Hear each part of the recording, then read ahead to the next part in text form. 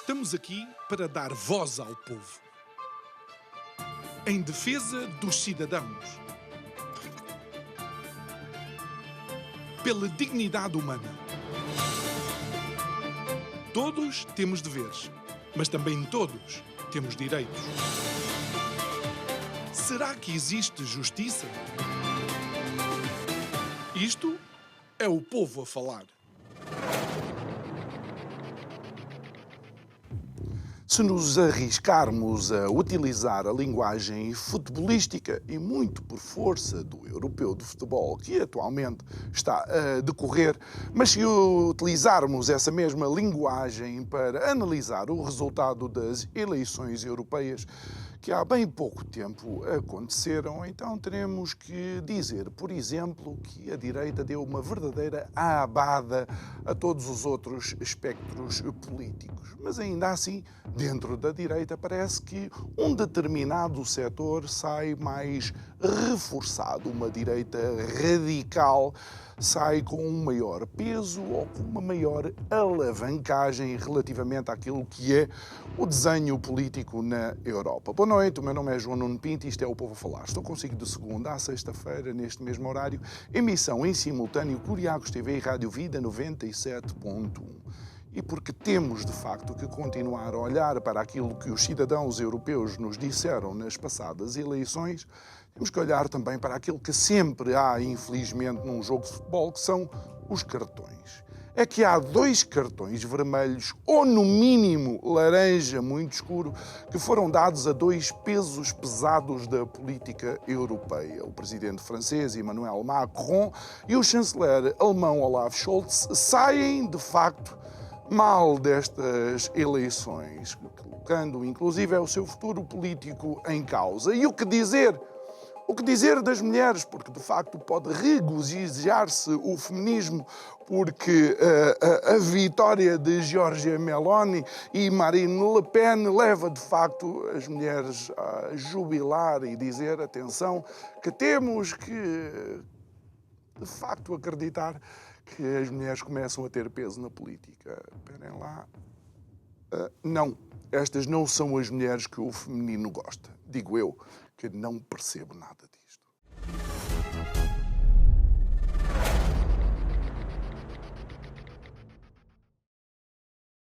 De volta ao nosso estúdio, o nosso convidado de hoje é o professor José Miguel Sardica. Muito boa noite.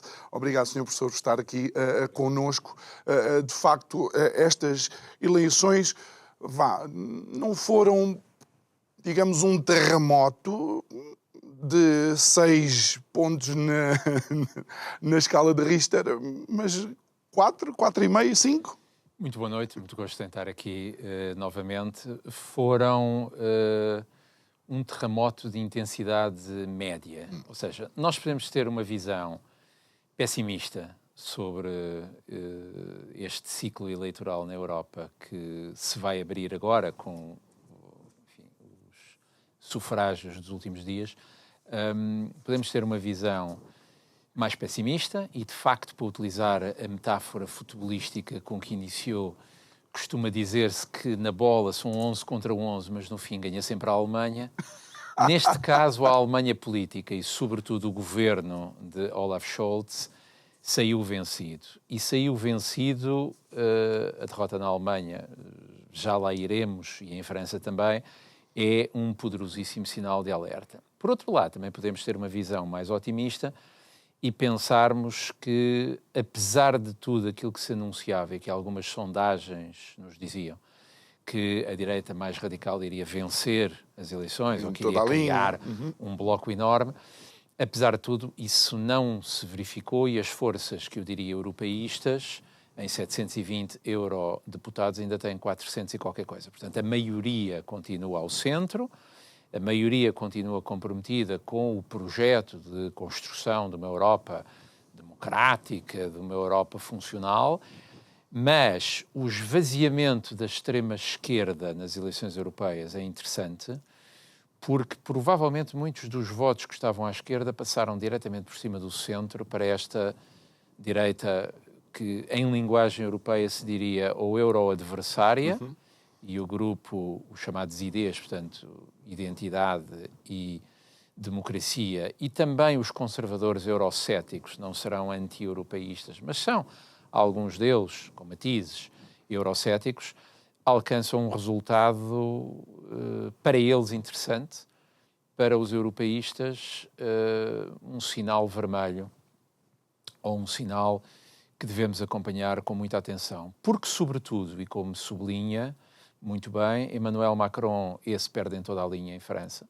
Ele obteve o seu renascimento e a sua candidata, a senhora Valérie Ayer, 14,5%.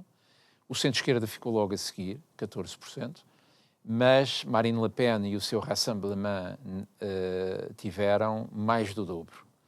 Ou seja, isso levou, aliás, Emmanuel Macron a anunciar a dissolução da Assembleia e a convocação de novas eleições a 2 voltas, já no final deste mês e no princípio de julho. Depois podemos também analisar qual é o cenário, ou melhor, quais são as hipóteses que Emmanuel Macron, em que é que ele estava a pensar quando anuncia um gesto que assustou a Europa, porque pode significar entregar o governo francês à extrema-direita, ao movimento lepenista. Mas o resultado na Alemanha também é um resultado assustador, porquanto a coligação que é governo na Alemanha, SPD Verdes e Liberais, toda somada ainda conseguiu 20 e qualquer coisa por cento dos votos, mas o SPD sozinho tem 14,1%, quando a alternativa para a Alemanha, chamada AfD, tem 15,4%.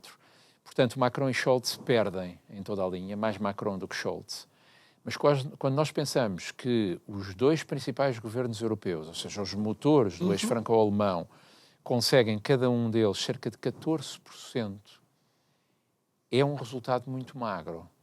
E a derrota de Macron e de Scholz, independentemente de nós podermos avaliar bem ou mal os seus méritos intrínsecos, é a derrota de um projeto europeísta moderado. E como já vi alguns analistas lembrarem, e bem, pode ser também a derrota das posições em relação à Ucrânia, que tanto Macron como Scholz vinham tendo. Scholz, enfim, de uma maneira bocadinho mais hesitante.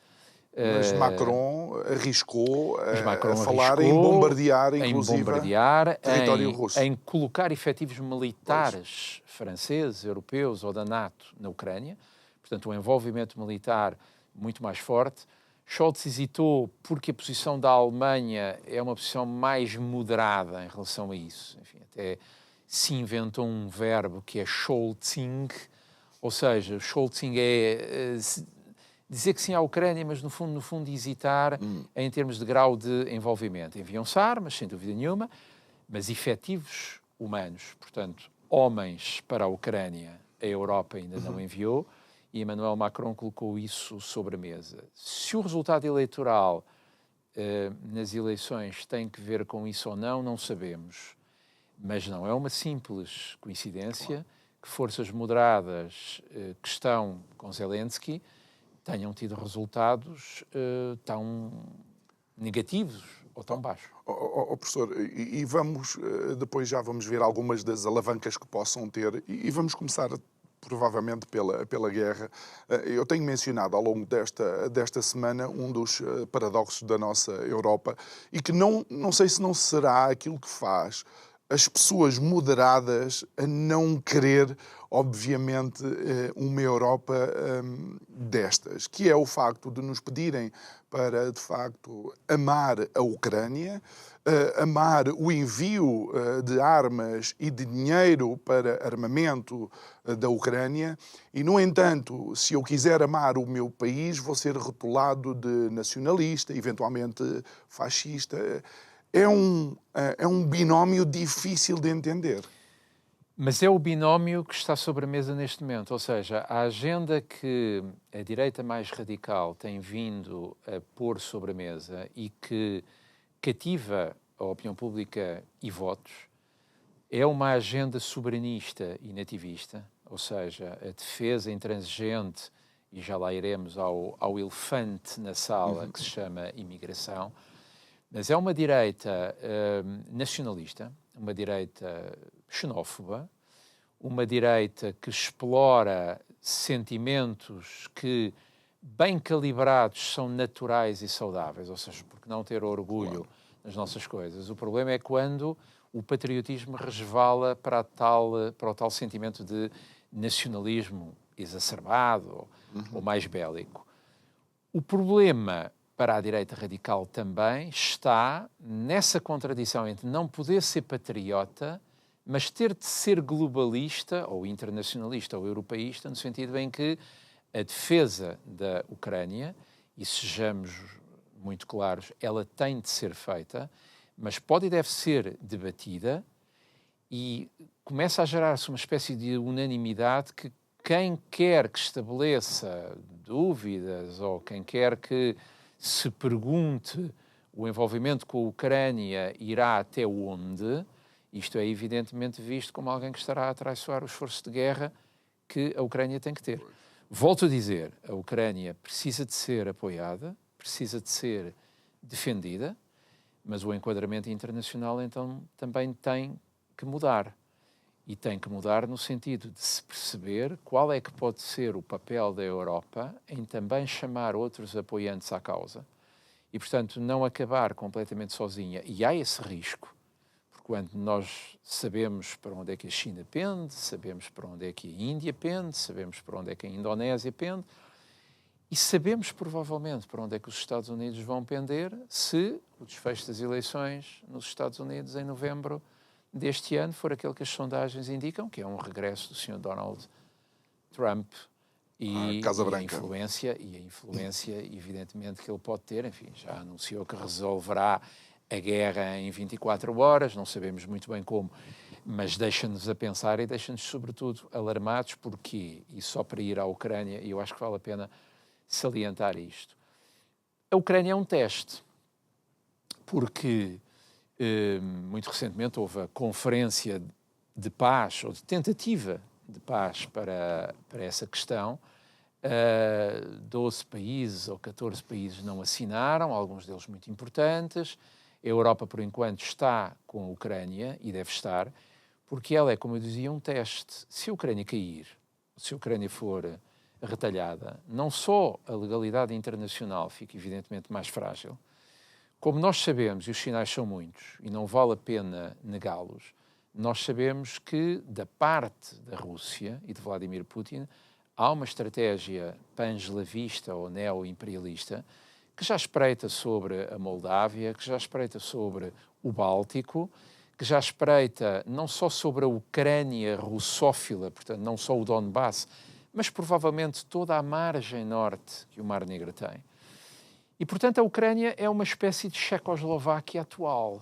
E aqui a comparação é histórica. Nas vésperas da Segunda Guerra Mundial, a Checoslováquia era o país mais debatido, porque era o país que estava a ser desmembrado. Os acordos de Munique, pelos quais Adolf Hitler foi autorizado a ocupar a chamada região dos Sudetas, com o compromisso que Neville Chamberlain acena quando chega a Londres, de que o resto permaneceria defendido e soberano e independente, e de facto 6 meses depois do acordo em Munique, Adolf Hitler entrou pelo resto da Checoslováquia, ao mesmo tempo que a Itália entrava pela Albânia. Portanto, o problema de deixar cair a Ucrânia é o problema de golpear a legalidade internacional, e a partir daí pode haver um efeito de bola de neve que é vale tudo.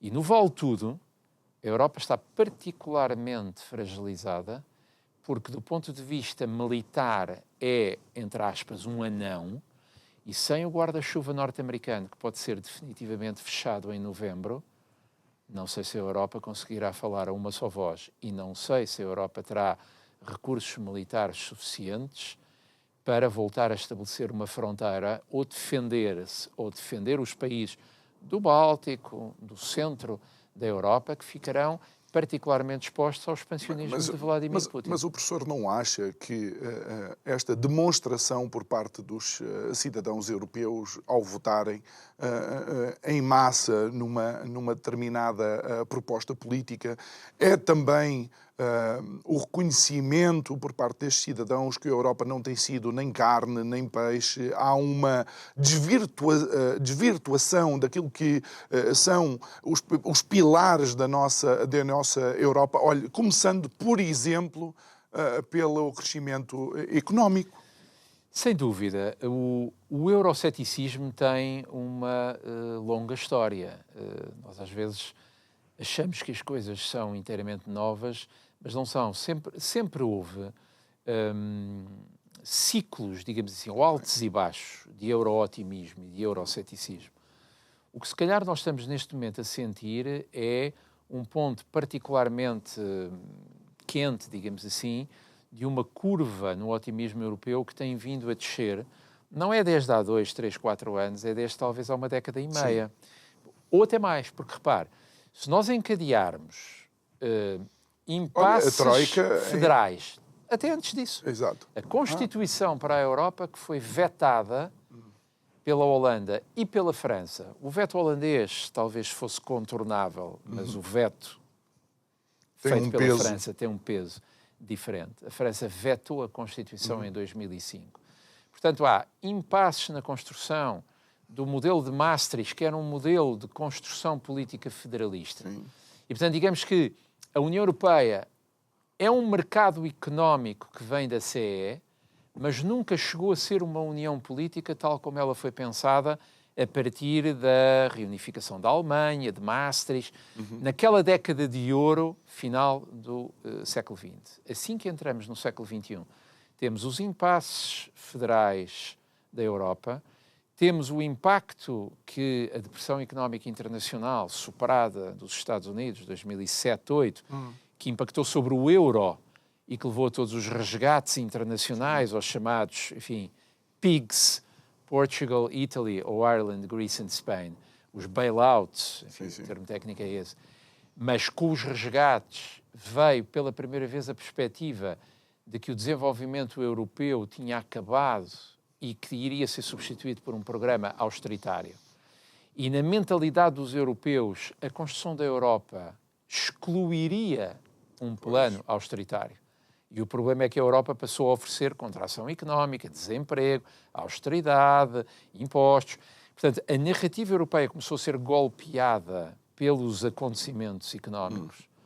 Depois tivemos o problema imigratório, a partir de 2014-15, particularmente naquele ano muito difícil, em que o problema migratório se confunde com o nascimento ou o reforço de uma espécie de onda islamofóbica. Janeiro de 2015, o célebre caso em França do Charlie Hebdo, e, portanto, de toda aquela maré de chauvinismo latente que começa a surgir em relação à imigração islâmica ou outra que chega à Europa, depois a Covid, depois, antes, aliás, a saída do Reino Unido, que, de facto, do ponto de vista económico tem um impacto grande. Do ponto de vista militar também tem um impacto grande, porque o Reino Unido é uma potência militar e, neste momento, está fora da União Europeia.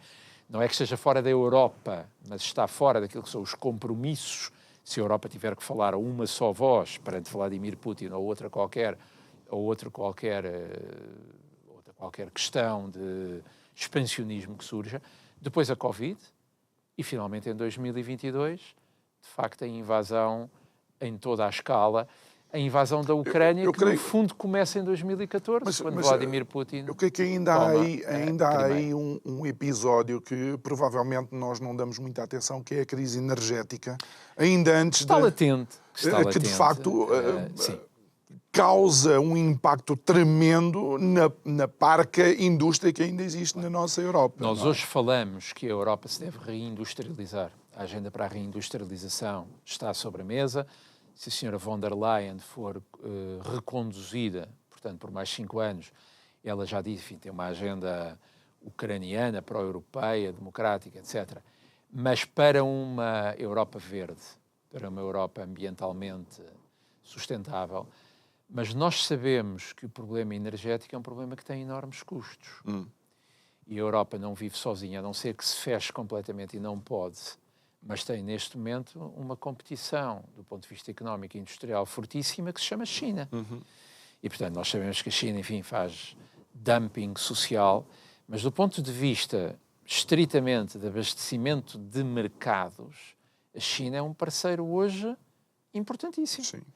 E, portanto, é muito difícil a Europa professor, fazer a conversão para uma economia verde, porque isso tem custos que nem todos os europeus podem sustentar. Bom, duas questões. Primeiro, o dumping não é novidade. A primeira vez que eu ouvi e vi um caso de dumping foi em Portugal, com uma determinada marca italiana de leites e derivados que patrocinava uma determinada equipa de futebol, e recordo-me perfeitamente desse caso de dumping. Portanto, não seria propriamente uma novidade. A escala é que é outra. A escala de facto é outra.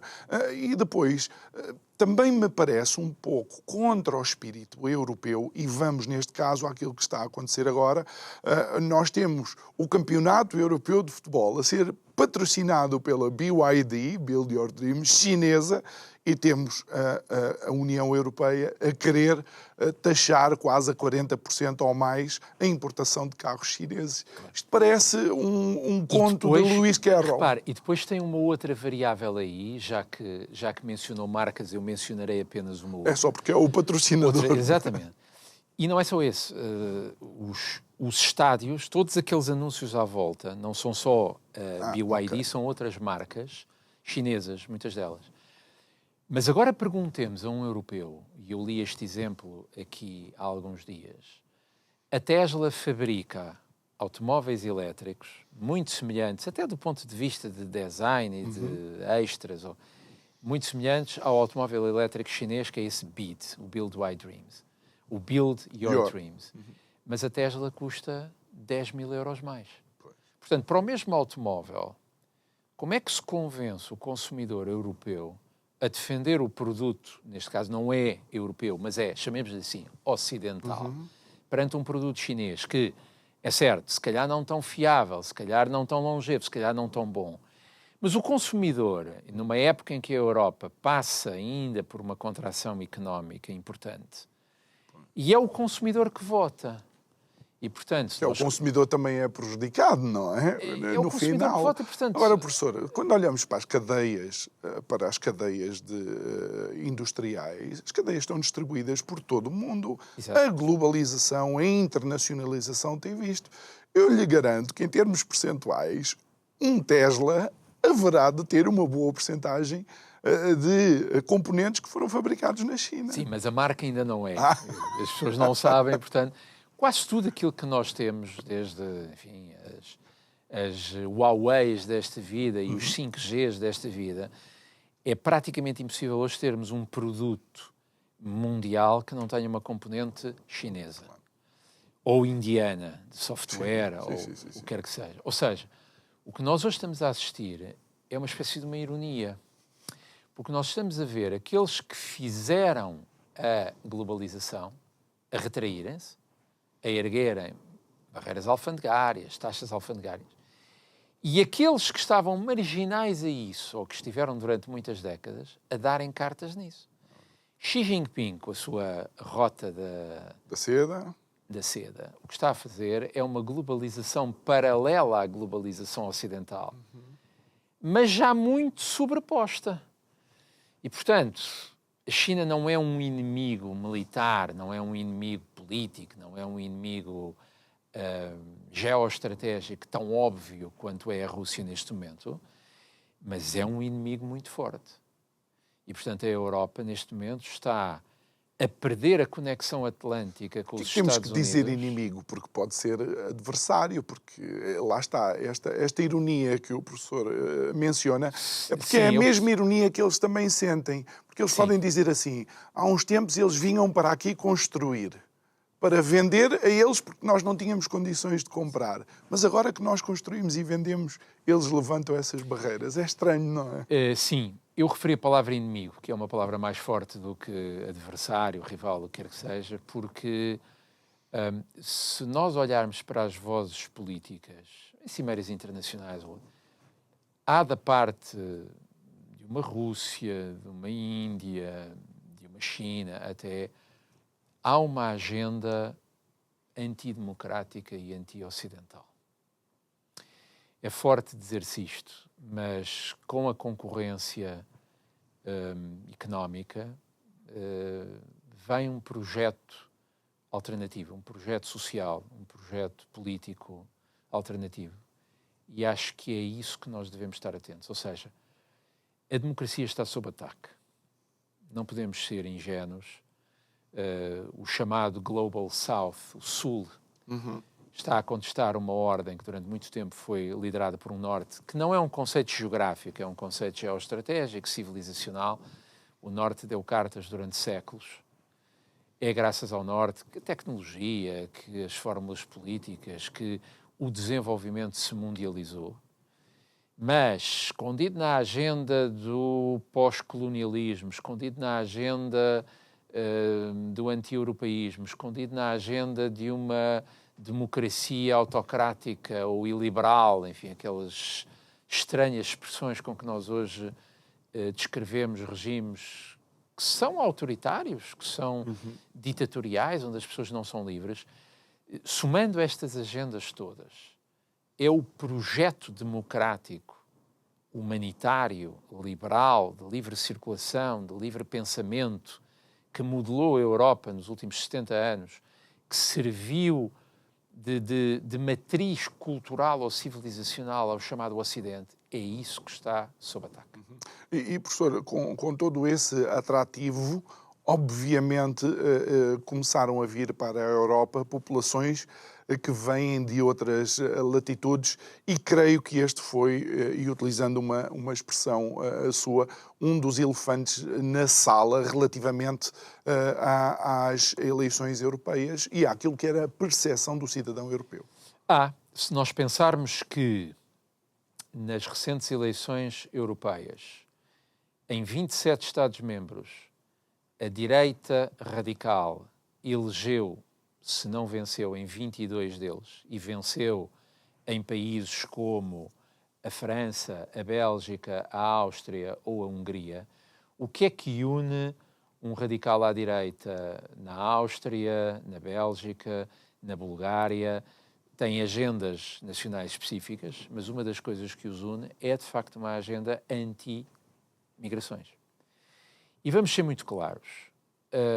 Se não forem as forças políticas moderadas a colocar a questão migratória sobre a mesa, que não têm sido, que não têm feito, com medo de serem automaticamente acusadas de estar a ceder à agenda radical, mas se não for o centro, se não forem os democratas a dizer a imigração é fundamental do ponto de vista económico, mas ela precisa de ser regulada, se não forem os moderados a colocar sobre a mesa políticas migratórias que funcionem, a questão vai ser evidentemente instrumentalizada pelo lado mais negativo, mais, se quisermos, mais radical, mais folclórico, mais explorando medos que o ser humano tem e que são muito instrumentalizáveis para a política. E isto não é novo. Nós vimos-lo na Europa há 100 anos. Nós vimos-lo...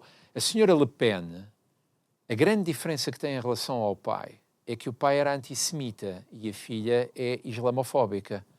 Ou seja, como o antissemitismo não rendia tanto em França, por acaso agora já deve render mais, porque o antissemitismo está de volta, mas a agenda fundamental é o imigrante islâmico. E provavelmente não é tanto o imigrante islâmico que chega à França neste momento, são as segundas gerações dos imigrantes islâmicos que já estão em França desde os anos 50, 60, 70, são as segundas gerações, que é um fenómeno muito interessante e muito alarmante em França, é que a geração imigrante está integrada, os filhos é que não estão. E, portanto, em todas aquelas, enfim, eles utilizam este termo, em todas aquelas banlieues, que são os subúrbios das grandes cidades, são, de facto, neste momento, guetos autofechados. E, portanto, a grande questão é que a Europa não pode ter uma política de portas escancaradas, não pode ter uma política de portas fechadas, mas ainda não encontrou uma fórmula operacional que seja ao mesmo tempo humanitária, mas que seja ao mesmo tempo execuível, de portas, eu diria, entreabertas. Eu sei que isto parece um pouco vago, Mas se não forem os moderados a chamar a si esta agenda, ela radicaliza-se imediatamente entre a extrema-esquerda que... Entra tudo, por assim que entra dizer, tudo, ou desculpa a seja, expressão. que todo o imigrante parece ter mais direitos do que quem vive cá, Ok. e a extrema-direita que olha para todo o imigrante como um mal, quando não é. Quando ainda por cima nós estamos sistematicamente a confundir refugiados políticos com imigração económica, com imigração por reunião familiar. Ou seja, a Europa precisa de gente, precisa, é um dos continentes, não é um dos, é o continente mais envelhecido em todo o mundo. Nós sabemos que se fecharmos completamente as portas a toda e qualquer imigração, há muitos setores económicos que pura e simplesmente não funcionam. E nós vemos isso nos nossos dias. Em negócios, em lojas, em o que quer que seja. Se não fosse a imigração, esses pequenos negócios não funcionavam. Mas não podemos ter uma política de portas completamente abertas, como nós, aliás, vimos na campanha eleitoral, quando um dos candidatos colocou sobre a mesa o número de que a Europa iria absorver não sei quantos milhões de imigrantes, que era uma inevitabilidade, que devíamos deixá-los entrar, porque isto é que depois, ao esvaziar o centro, nós temos uma enorme carência de vozes moderadas. A moderação hoje não dá votos. O drama está aí. A moderação não dá votos. Hoje em dia, quem ganha votos é quem berra mais. E nós estamos a assistir a uma espécie de campeonato de histeria humanitária ou de histeria dita anti-migratória na extrema-esquerda e na extrema-direita. Neste momento, a direita está a ganhar vantagem. Porquê? Porque há uma deslocação em massa dos votos antissistema da extrema-esquerda para os votos antissistema de uma novidade que até há pouco não era muito audível em Portugal e não tinha a expressão que tem na Europa, que é a extrema-direita, a direita radical, demagógica. Mas que repare, isto parece contraditório com o que eu disse até agora, mas não é. A direita radical diagnostica problemas sérios, que existem, que são reais. Provavelmente apresenta soluções más, mas o problema está lá. E, portanto, se nós quisermos discutir a melhor solução, temos de dar um passo atrás e dizer há um problema migratório na Europa. E enquanto os políticos moderados não souberem dizer, eu ao mesmo tempo que defendo a democracia, também defendo que a política migratória deve ser falada e não se refugiarem numa espécie de medo quase instantâneo que é eu não posso falar sobre a imigração porque senão imediatamente a extrema-esquerda cola-me à direita radical. Professor, não creio que algumas dessas pessoas que quando alguém menciona este tipo de problemáticas, têm uma velocidade hipersónica em rotulá-las de xenófobas, poderiam eventualmente ir visitar alguns desses guetos, ir a cidades como Marselha, algumas das ruas de Marselha, passear, se calhar, com a sua família de preferência, e eu sei que isto pode parecer ofensivo, de preferência com as suas filhas em determinadas ruas e sentir, de facto, a pressão que existe por parte dessas populações que não representam de todo aquilo que é o global de algumas dessas culturas, como é óbvio. O problema é que, enquanto a nossa sociedade ainda não enfrenta essa questão, a sociedade em França está a enfrentá-la. E, portanto, enfim, para voltar ao resultado eleitoral, a senhora Le Pen teve a votação que teve porque o problema das comunidades islâmicas em França é um problema sério. Ou a Bélgica. Molenbeek, por exemplo, que é quase, enfim, uma mini-cidade islâmica fechada. Molenbeek tem 120 mesquitas. Ora, isto tem de impressionar a paisagem do belga católico, francófono, do belga que sempre lá esteve. O problema é que nós aqui temos uma comunidade islâmica, ainda bem que temos, Sim. ainda relativamente limitada e bem integrada. Mas nada nos garante que daqui a 5 ou 10 anos, Claro. porque se nós recuássemos 10 anos, o Chega ainda não existia. De onde é que vem o Chega? Vem de um sentimento de desencanto económico, de voto antissistema, eles são todos iguais. Há uma espécie de arrastão, ou uma rede que é lançada sobre todo e qualquer foco de protesto ou de... Mas a questão migratória está lá. Para dizer, passear em bairros islâmicos, se calhar levando as filhas. Deixe-me ser, se calhar, politicamente incorreto e lembrar uma coisa. E aí não é uma ironia, é uma contradição muito séria. Que são os movimentos que à esquerda invocam direitos feministas, LGBT, etc, etc. Ou seja, toda uma agenda de género, para lhe chamar aquilo que normalmente, ou para usar o rótulo que normalmente é usado. E eu não vejo esses ativismos terem a mesma veemência na defesa dos direitos das mulheres em comunidades islâmicas, onde esses direitos são muito mais espezinhados do que na chamada masculinidade tóxica ocidental.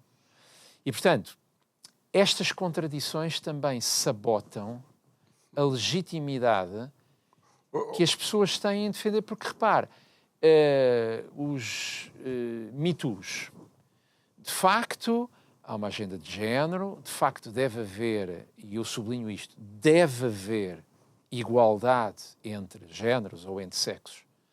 Mas aqueles que mais a reclamam no Ocidente são aqueles mais silenciosos em relação às partes do mundo onde essa desigualdade de género se mantém e onde ela é absolutamente escandalosa. E, professor, eu peço desculpa mais uma vez às pessoas que até fizeram isto, obviamente, com toda a sinceridade e candura. Ver bandeiras LGBT durante os protestos relativos à questão da Palestina é um paradoxo. Claro. Eu não sei como é que o universo não explodiu. Para utilizar o seu exemplo e para ser mauzinho agora, valeria a pena, se calhar, convidar essas pessoas com as suas filhas a visitarem Gaza e a viverem durante algumas semanas ou alguns meses entre o Hamas. Percebe? Porque, de facto, a contradição aqui é chocante. Mas é tal coisa. Mas é tal coisa. É a mistura de bandeiras LGBT pela Palestina, pelo fim ao fóssil, ou seja, todas as microcausas identitárias numa amálgama... são numa amálgama que é política, que é económica, que é social e que não ajuda a nós separarmos os assuntos e procurarmos as melhores soluções políticas e técnicas e económicas para um catálogo de problemas que a Europa está a enfrentar. A demografia, o ambiente, a política, o radicalismo, as guerras culturais e identitárias. Repare, não se pode hoje falar de identidade nacional. Porque a identidade nacional remete para uma espécie de ideificação ou uma espécie de essência última que, por sua vez, conduz ao orgulho nacional e patriótico, etc, etc. Portanto, ninguém pode ter orgulho em ser português, em ser espanhol, em ser francês. Mas as pessoas são quase forçadas a terem orgulho em microcausas identitárias. O orgulho... E tudo isto dificulta a procura de consensos europeus. E sem consensos europeus, evidentemente que a Europa não consegue falar a uma só voz. Numa altura do mundo em que nós precisamos de uma Europa a falar, não diga uma só voz naquele sentido unanimista. Sim, sim. Ou federalista. Mas a Europa precisa de ter um desígnio e precisa de ter mecanismos que permitam para o exterior falar a uma só voz. Mas a história da Europa tem 3 eixos, quer queiramos, quer não. E esses eixos seriam, de alguma forma, Roma e Jerusalém, não é? E Atenas. E Atenas, exatamente. Atenas, Roma, Jerusalém. Religião, pensamento e lei. E quer queiramos, quer não, de facto, beneficiamos de muitas que foram as boas coisas que nasceram daí. Mas esses pilares europeus, e são de facto pilares com milénios, com séculos, esses pilares começaram a ser demolidos por uma espécie de cultura pós-moderna envergonhada daquilo que é ser-se europeu. O património religioso é escondido hoje em prol de uma espécie de secularismo relativista. Não se pode ser religioso, não se pode afirmar os pilares da fé que construíram a Europa. O direito europeu está a ser golpeado por uma miríade de exceções legais e de comunidades identitárias que querem ter a sua própria lei. E mesmo o pensamento europeu, humanista, filosófico,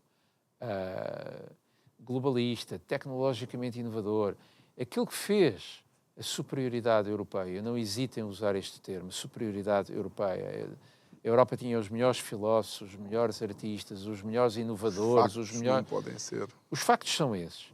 E a Europa hoje vive como que uma espécie de complexo de cerco e de fechamento que faz com que o mundo inteiro olhe para a Europa não como um farol de civilização, não como um exemplo a seguir, mas como uma espécie de empecilho de um continente muito envelhecido, muito ruidoso, mas que não sabe quando é necessário falar. Não é por unanimidade, mas, enfim, conhece-se aquele dito do célebre antigo secretário de Estado norte-americano Henry Kissinger, que se perguntava, quando eu tenho que falar com a Europa, a quem é que eu ligo?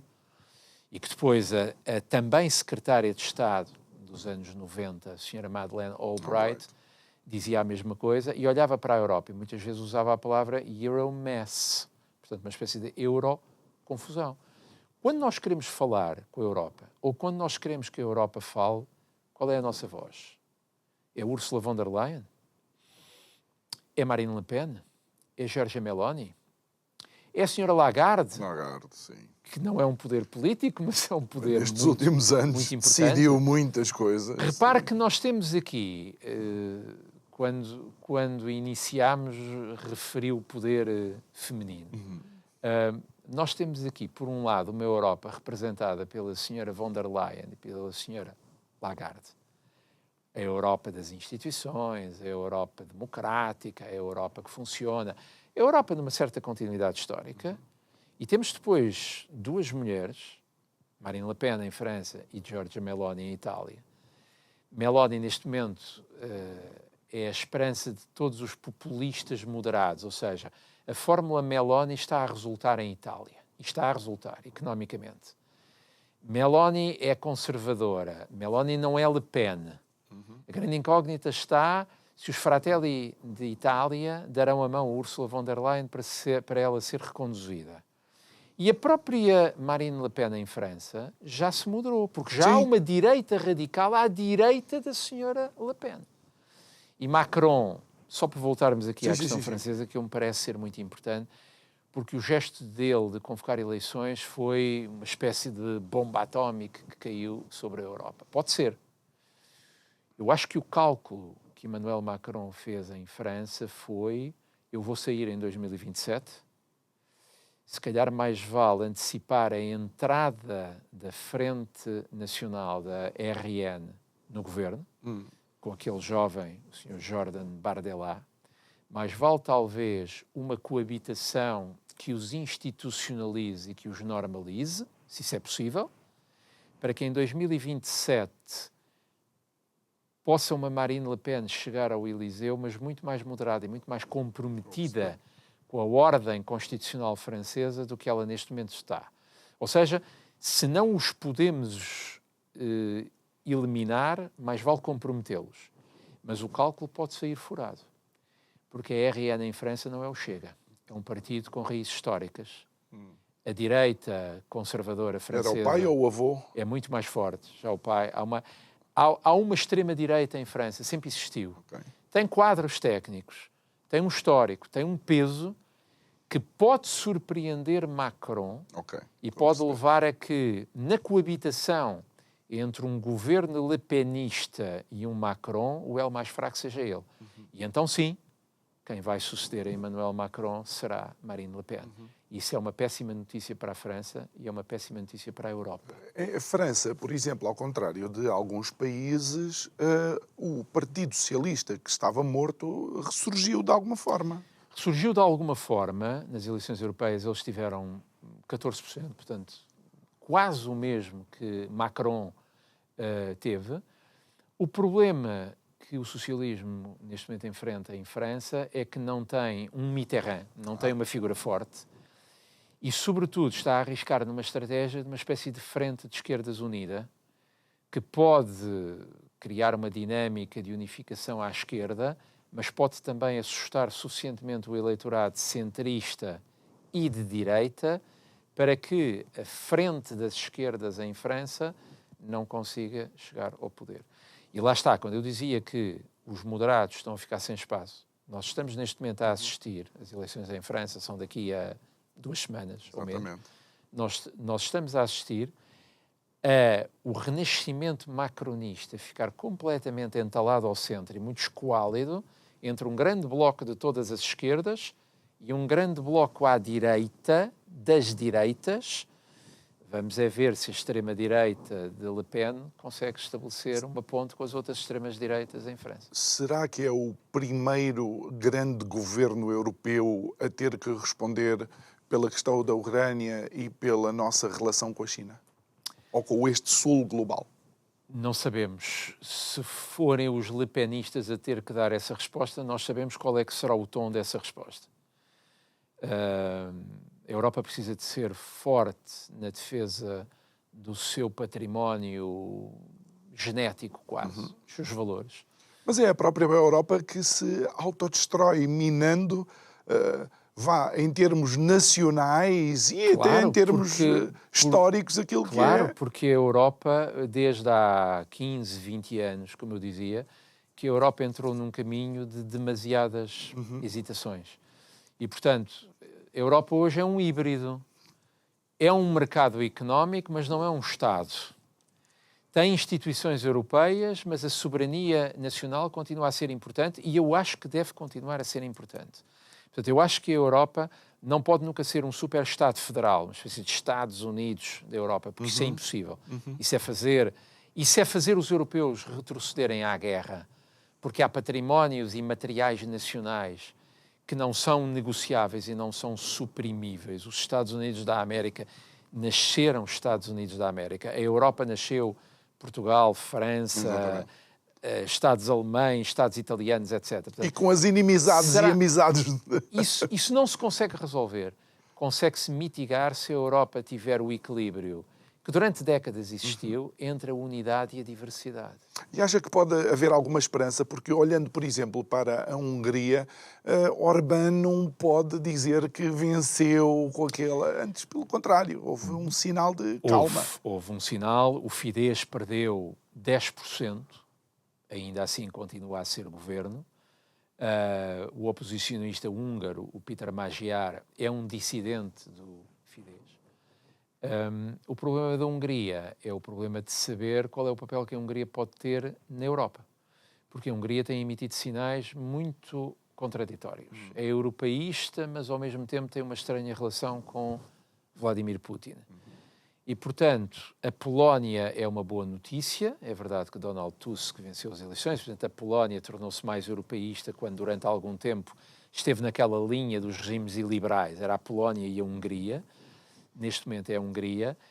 Mas, quer dizer, nós temos a extrema-direita a ficar em terceiro ou em segundo lugar em muitos países europeus e a irem para eleições.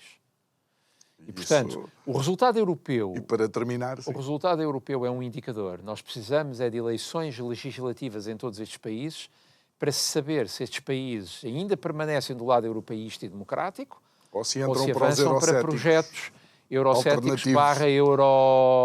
euro-iliberais ou de democracias autocráticas. Para colocar a cereja no topo do bolo, entrou agora em função a presidência húngara da União Europeia e o título é Let's Make Europe Great Again. Professor José Miguel. Onde é